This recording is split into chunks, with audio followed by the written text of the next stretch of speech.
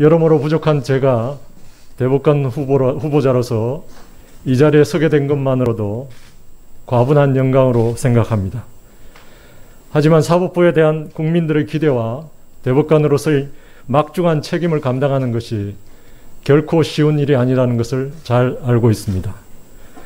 방금 엄숙하게 선서한 것처럼 저는 오늘 민의의 전당인 이곳에서 위원님들의 질문에 솔직하고 성실하게 답변할 것을 말씀드립니다. 저는 경남 통영에서 일녀 이남의 막내로 태어났습니다. 3살 때 아버님이 돌아가신 후 어머님이 평생 근로자로 일하면서 자식들을 키웠습니다. 경제적으로 어려웠지만 어머니의 헌신적인 노력과 주변의 도움으로 고등학교를 무사히 마치고 법과대학에 입학하였습니다. 서울에서 대학생활을 하던 때는 12.12 쿠데타와 5.18 광주 민주화운동 직후로서 암울한 시기였습니다. 신군부가 군대를 동원하여 광주 시민에게 발포함으로써 수백 명이 희생된 사실은 대학생인 저에게 큰 충격이었습니다.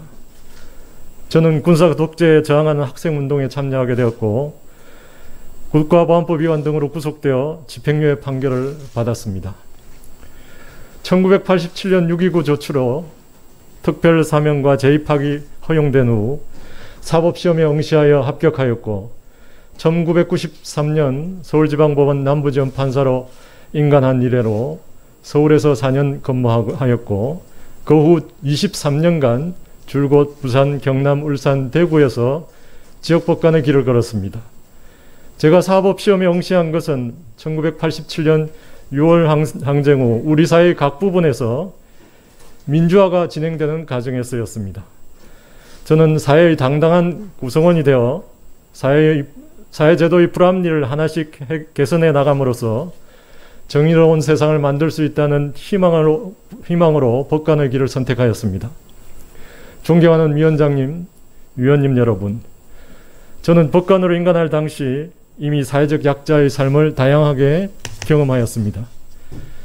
대학 시절 방학을 이용하여 어머니가 일하는 공장에서 일하고 또 부평의 공장에서 잠시 일하기도 하면서 노동의 고단함과 가치를 몸으로 느끼게 되었습니다.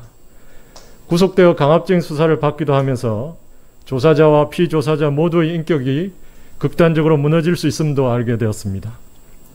수사 기록을 형식적으로 확인할 뿐 피고인의 목소리에 귀 기울이지 않는 재판이 얼마나 위험한지도 깨닫게 되었습니다. 수감 생활 중에 탄원서나 항소 이유서를 대신 써주면서 피고인들의 힘겨운 삶을 직접 들어보기도 하였습니다. 저희 국가보안법 위반 전력 때문에 정치적 편향을 우려하시는 분들이 있음을 알고 있습니다. 그러나 저는 이러한 경험으로 오히려 근로자나 사회적 약자의 삶과 사회 현상을 더 잘 이해하게 되어 편견 없는 재판을 할 수 있게 되었고 공정한 재판을 할 수 있는 지혜와 용기를 갖게 되었다고 생각합니다. 또한 우리법 연구의 회원이었다는 이유로 우려하는 시각도 있음을 알고 있습니다. 그러나 제가 아는 우리법 연구회는 재판의 독립과 바람직한 재판을 고민하고 연구하는 학술 모임이었습니다. 우리법 연구회의 성격은 고 한기택 대전고법 부장판사님의 말 속에 잘 나타나 있습니다. 그분은 목숨을 걸고 재판한다. 다른 무엇이 되겠다는 생각을 버려야 진정한 판사의 삶이 시작된다는 말로 법관의 자세를 일깨워 주었습니다. 법관으로 다양한 재판을 담당하면서 그분의 말씀대로 공정하고 정성을 다하는 재판을 하려고 노력하였습니다. 존경하는 위원장님, 위원님 여러분, 27년간 법관 생활을 하면서 제가 꿈꿔온 재판의 모습은 분쟁 당사자의 주장이 법정이란 용광 내에 여과 없이 투입되어 때로는 토론하고 때로는 타협함으로써 서로가 납득할 수 있는 가장 합리적인 결론을 만들어내는 살아있는 재판을 하는 것이었습니다. 저는 한센병 환자들의 집단 거주 지역이던 부산 용호농정장과 일반인 사이의 건물 철거 소송을 담당한 적이 있었습니다. 매번 재판을 할 때마다 환자들이 버스를 타고 법원으로 와서 재판을 방청하고 또 상대방 변호사에게 위협을 주기도 하는 상황이었습니다. 그런데도 오랜 기간 당사자의 의견을 청취하고 합리적 해결책을 찾음으로써 조정으로 마무리한 적이 있습니다. 법원이 중립적인 위치에서 정성을 다하면 아무리 극한적인 대립 상황이라도 합리적인 해결 방법을 찾을 수 있다는 소중한 경험을 하였습니다. 존경하는 위원장님 그리고 위원님 여러분, 다수결의 원칙이 지배하는 민주주의 사회에서 소수자 약자의 인권을 보장하고 실질적인 평등을 구현하는 것은 법원의 책무라고 배웠습니다.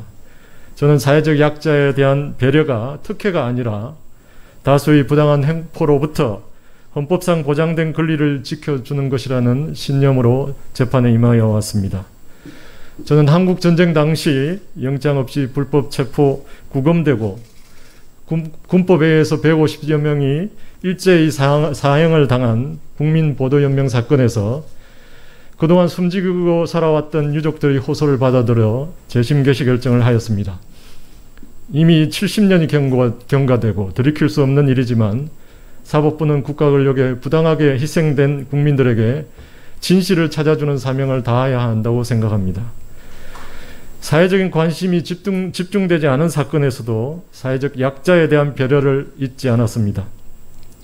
70세가 넘은 고령의 환자가 수면 내시경 시술을 받은 후 낙상하여 중상을 입은 의료 사건에서 병원의 환자 보호 의무 위반을 인정하는 등 의료 과실을 적극적으로 인정한 판결을 선고하기도 했습니다.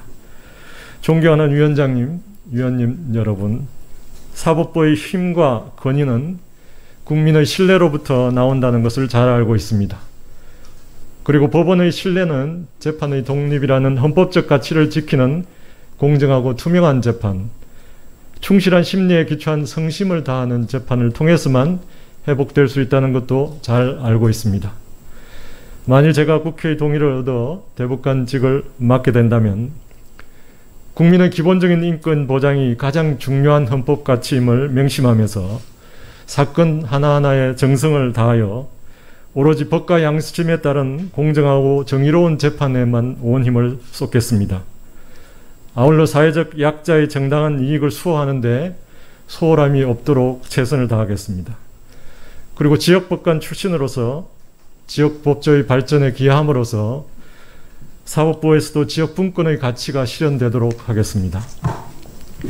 오늘 이 청문회에서도 성심을 다하겠습니다.